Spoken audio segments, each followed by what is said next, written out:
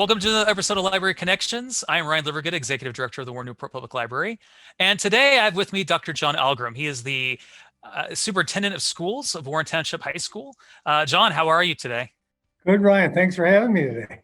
Yeah, good to see you, John. And this is a dangerous episode for Library Connections, John, because we're going to talk about something that people are going to vote on. And this is a very non-political show, but I thought it was important to reach out to you and have a brief conversation about the Warren Township High School referendum that's going to appear on the ballot on Election Day, April 6th. If people do early voting countywide, that starts March 22nd. So, what we're going to do today, John, is just talk about the facts behind this referendum.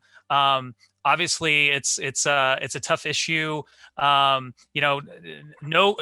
Just speaking on behalf of the library district, if I'm ever in a position where I need to go to the voters to ask for more money for the library district, I would hate doing that. So I know that you and the board don't like doing this, but let's first of all, before we get into that, let's talk about how did we get here? Why did your board decide that you needed to go to the voters with this measure?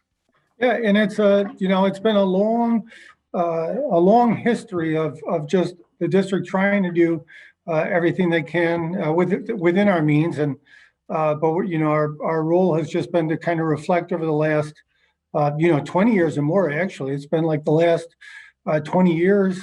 We've just looked at what's going on with our revenue, and we are the lowest right now of the Lake County high school districts. We've been trying to communicate and educate just our community on where we're at, and that people are sometimes surprised about that. People who have lived in the community for a while are surprised about that. But we wanted, and it has been that way for a while. In fact, we haven't had a tax rate increase in regards to our operating rate in 20 years. So when people find that out, it's just, over time. It's not that anything happened, overnight, or the district's tried to get by with obviously what we've had, and the district's grateful to our taxpayers for the support we do get. But there's no question that it started to become a point in time where, just continuing to cut and trying to work within our means wasn't necessarily going to end by just any good outcome. So over the last couple of years, people started asking questions about things like, why are our fees so high relative to other schools? And we started having conversations about, well, when you take it in the entire context of, the relatively low amount of local revenue that we're collecting to some of those schools, people started getting a broader perspective of our financial situation. So the more that the board, kind of investigated that over the last couple of years, and it started becoming obvious we were increasingly making cuts, and they were starting to impact our program more. And it didn't look like there was going to be a solution necessarily coming out of this that was, good for students. And so back in November and December of 2019, actually, is when the board decided that, we better go to the voters, or at least investigate that piece of it. At that point in time, it was more about getting the community task force together, investigating the possibility of it, and going from there. So it wasn't anything that was taken lightly, and the fact that we haven't, had an operating rate increase in so long, I think when we tell that to people too, they at least, it's good information for them to have that, it's not like that we were just there a few years ago in regards to our operating rate. So just been a long story of trying to get by with what we've done. 19 of our last 25 years have actually been deficit budgets, which, when people hear that too, it starts to send at least a different perspective of that. We really haven't had, it's not anything that's happened necessarily in the last 5 or 6 or 8 or 12 years. We've just been trying to operate with a fairly relatively low local revenue source for, as long as we could. So John, you touched on a couple of things there in terms of, because I think if someone's an undecided voter, one of their questions may be, well, what has the school district done prior to going to the voters? What measures have you taken? Because I think that's one of the things people want to know, that you have tried everything in your power to reduce expenditures. So can you talk a little bit about that? So if I'm being critical, what have you done? Like, why has it come this far? Isn't there more you can do? Yeah, well, and we're always looking. So there's always, ways to look. But, it got to the point where when we started getting into our staff reduction. So we did a number of other things. I'm just want to review a few notes of mine that aren't related to staffing for a second. We've been renegotiating vendor contracts. We've been trying to do things at our buildings to lower our operational energy costs significantly. We've taken salary freezes for our administrators. We brought a transition center that was out at Gurney Mills for some of our students. We had to bring that back in-house to save some money. We've refinanced some of our debt to save some money. And we rejoined a different cooperative for health benefits to save money. So we've been doing all those organizational things, to try to save money the way a lot of organizations, most businesses do in that capacity. For us, though, then, obviously the most significant amount of our expenses have to do with our staff, because we're a people business, and they are in all school districts. They are the most significant part of their expenditures. And so we started reducing our staff, and it's over the past 5 years, or we've now gotten to the point where there's 51 positions cut, and 51 of those were teaching positions, and then handfuls in those other groups. But when you start to reduce those numbers of staff over time, right, the first thing that we noticed was the change was, okay, some of our class sizes are going up, and there weren't nearly the academic supports for students. Just less people around to help kids means less help to kids. So, originally that was what we started to see, and since then, though, unfortunately, what's happened is it's gotten much more serious in regards to, okay, with just continued cuts into, our staff, if you will. We don't. At some point in time, we started talking about some other very serious things. So we have, but that is kind of where we've been in regards to what we've done. To date, or at least through this year, we had 51 staff cuts, and then all those other kind of general operational measures. So, John, that brings me to my next question. Whether voters support this or not, there will be consequences one way or the other. What my question to you is, what will be the consequences for Warren Township High School District 121? Like, what happens? Say the voters say, no, we're not going to support this referendum. What does that mean for the school district? Yeah, so and I appreciate just the opportunity to educate our community on, both of those capacities. So we've kind of framed out what's ultimately going to happen. In fact, in our current handbook, even with our class of 2024, which is our current freshman class, and we've kind of planned out for them that without some structural changes financially, our schedule. Our daily bell schedule, which right now, is an 8-period day, would be shrunk down to a 7-period day. And, while that might seem, it's just a period, but, when you start to think about all the things that happen in that one period, it really is significant from a learning perspective. And I think students go through our school, know the elective offerings that wouldn't be available to students for them to explore, either just exploratory or career interests.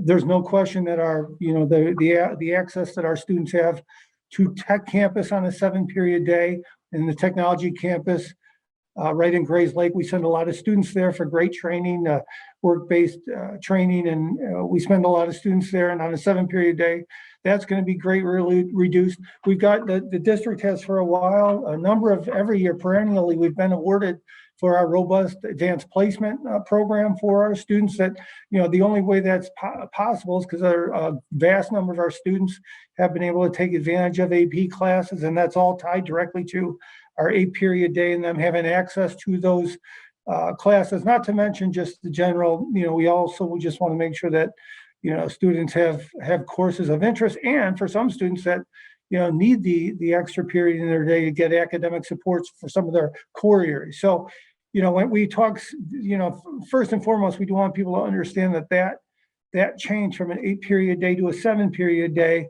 is very, very significant. It's from an educational perspective, it's huge. And, that's first and foremost. Secondly, without additional, there's 2 other areas that kind of go along with that in terms of reductions. Is without additional funding right now, within the next 2 years, we're expected to eliminate our athletic and activity programs, which so many of our kids participate in. So there's a piece of this, which is, obviously it's not just, about our academic day, even though our academic day is the most important issue, but the other issues about our activity program and our athletic program, our band and choir and drama, and then all of our sports at all the different levels. Those are things that, Warren's been very proud of, for generations. And so we do want to make sure that people are aware that, there are some really significant things on the line, if we do not find additional revenue and if the, referendum is not passed. So that's what goes down the road of, unfortunately, or goes down the road if indeed there's, not a past referendum. Thanks, John. That's a good overview and a lot of concerning things there. I think it's interesting you talk about that 8-period day, how important it is for really all the students that you serve. And there are a lot of paths to students being successful after high school, whether it be going on to college, whether it be the technical education classes. There are so many careers that you're getting students ready for that out of high school they can go and start their careers, and that's unbelievable. And the fact that that's is a challenge without less revenue is a concern among many other things that you mentioned. John, one of the things I have to give you and your board credit for is that you're, however people feel about this, no one can accuse you of not putting the information out there and not providing opportunities to learn more. So you immediately responded to me when I reached out to you to do this. You've said, people have received things in the mail. I don't think you can see it with my Zoom background. And that you have some sessions coming up, informational webinars, Tuesday, March 9th. Hopefully this will be released by then. It's at 7 p.m. And we'll show you the web link where you can go to get more information. And then if you missed that one, Tuesday, March 30th at 7 p.m. And you have a great FAQ website, which we're going to look at. And my favorite thing, John, is you've put your contact information out there, email, phone number. If you call that phone number, guess who answers the phone? It's John. I tried it. I took the flyer, I called him, and you answered the phone. So if people that are watching this video, if you have questions, there's a lot of ways you can get your answers. And one thing I will encourage people to do is to do your own research, whether you utilize these resources or other resources. If you go on social media, a lot of people put misinformation out there with anything these days. And I want people to know that there are places they can go to get that information, to get those questions. So John, let's take a look at that for a second. I want to show the FAQ because I think it's really great. It really covers everything. You read through it. Any question you might have is probably here in terms of what are the impacts if this referendum doesn't pass. About some things you see. One of the things that's come up I've seen on social media, for example, is the solar panels, the project that you did, and people, say, well, why did the school district do the solar panels when they have this issue? And as you can see, there is a savings to the school district on utilities of $300,000. So there's all kinds of good information on here that you've seen out there. So I encourage people to look at this FAQ or to call you or to reach out to one of your board members. I'm sure they'd be happy to answer questions. So anything you want to say about these resources you're putting out, John?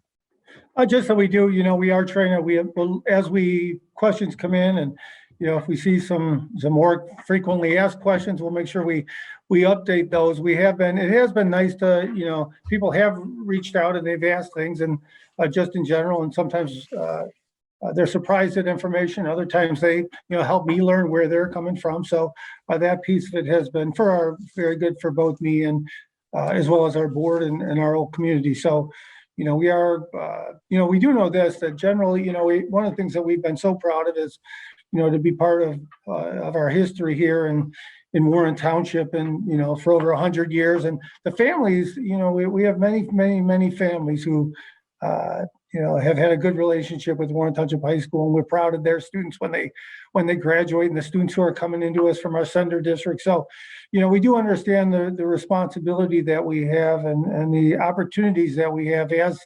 the high school district. So, it is very meaningful for us and for us to continue, obviously, to offer our students what we have for the past number of generations is extremely important to us as well. So, that's why we want to make sure that we share information and encourage people to get as much information as they can. Yeah, I appreciate that, John. Any final thought? One thing I want to mention too is that just encourage people to reach out and to listen and communicate things, because I think you've been responsive to the concerns that the community's had. You sent out that information earlier in the year, and it changed the proposal based on the feedback you were hearing from the community. So I know you're listening. I know the board of the Warren-Township High School District 121 is listening. So I would just encourage people to continue the dialogue, because whatever happens with this referendum, one way or the other, we have some challenges here that we need to address. So, John, any final thoughts before we end today? No, I really appreciate the time, appreciate the opportunity to help educate our community on this issue. So it's been nice to be here.